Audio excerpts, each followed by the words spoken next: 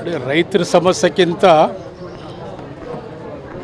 ರೀಲರ್ಸು ಮತ್ತು ರೈತರು ಏನಿಲ್ಲ ಓಡಾಟ ಮಾಡ್ತಾರೆ ಮಾರ್ಕೆಟ್ನಲ್ಲಿ.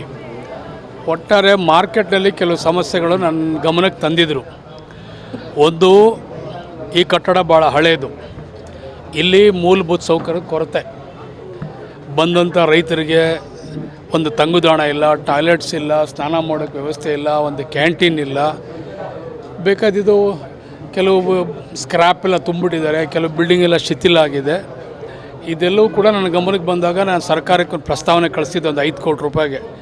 ಈಗಾಗಲೇ ಸರ್ಕಾರ ಅದಕ್ಕೆ 1,60,00,000 ರೂಪಾಯಿ ಮಂಜೂರಿ ಮಾಡಿ ಮಿಕ್ಕಿದ್ದನ್ನು ಮುಂದೆ ಬಡ್ಜೆಟಲ್ಲಿ ಸೇರಿಸಿ ಅಂದ್ಬಿಟ್ಟು ಒಂದು ಇದು ಮಾಡಿದ್ದಾರೆ.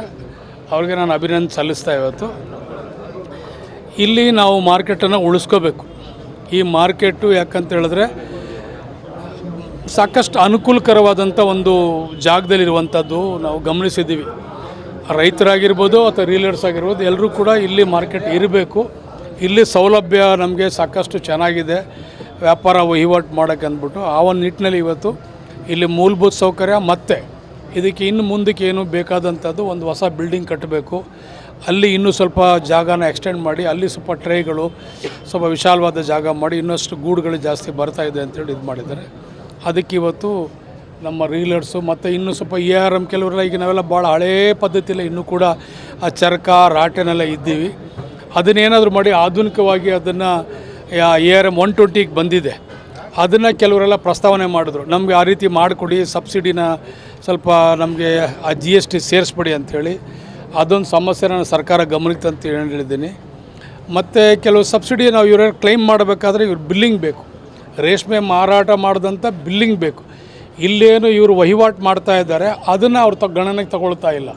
ಇವರು ಸಬ್ಸಿಡಿ ತೊಗೋಬೇಕಂತೇಳಿ ಇವ್ರು ಏನು ರೇಷ್ಮೆ ಮಾಡಿ ಮಾರಿದ್ದಾರೆ ಅದ್ರ ಮೇಲೆ ಅವರು ಸಬ್ಸಿಡಿ ಕೊಡ್ತಾ ಇದ್ದಾರೆ. ಸೊ ಅದನ್ನೊಂದು ನಿವಾರಣೆ ಮಾಡಿಕೊಡಿ. ರೇಷ್ಮೆ ಇಲ್ಲೇ ತೊಗೊಳ್ಬೇಕು. KSMBನವರು ಇಲ್ಲೇ ಬಂದು ಕಷ್ಟ ಅಂದಾಗ ಬರೀ ಪ್ಲಡ್ಜ್ ಮಾಡ್ತಾಯಿದ್ದಾರೆ. ಬೆಂಗಳೂರು ತೊಗೊಂಡು ಪ್ಲಡ್ಜ್ ಮಾಡ್ತಾಯಿದ್ದಾರೆ.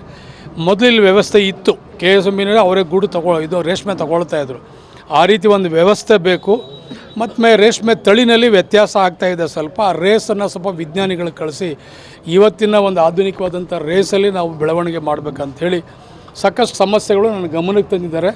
ಎಲ್ಲವೂ ಕೂಡ ಸರ್ಕಾರದ ಗಮನಕ್ಕೆ, ಮಾನ್ಯ ಮುಖ್ಯಮಂತ್ರಿಗಳ ಗಮನಕ್ಕೆ ಮತ್ತು ಮಾನ್ಯ ರೇಷ್ಮೆ ಮತ್ತು ಪಶುಸಂಗೋಪನೆ ಇಲಾಖೆ ರೇಷ್ಮೆ ಮಂತ್ರಿಗಳಾದಂಥ ಮಾನ್ಯ ವೆಂಕಟೇಶ್ವರವರ ಗಮನಕ್ಕೆ ತಂದು ಇವೆಲ್ಲವೂ ಕೂಡ ನಾವು ಹಂತ ಹಂತವಾಗಿ ನಾವು ನಿವಾರಣೆ ಮಾಡ್ತೀವಿ ಅಂತ ಹೇಳಿ ಇವತ್ತು ಚರ್ಚೆ ಮಾಡಿದ್ವಿ.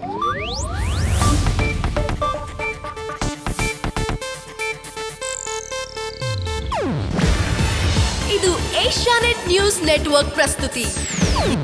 ನೀವು ನೋಡ್ತಿದ್ದೀರಾ ಏಷ್ಯಾನೆಟ್ ಸುವರ್ಣ ನ್ಯೂಸ್.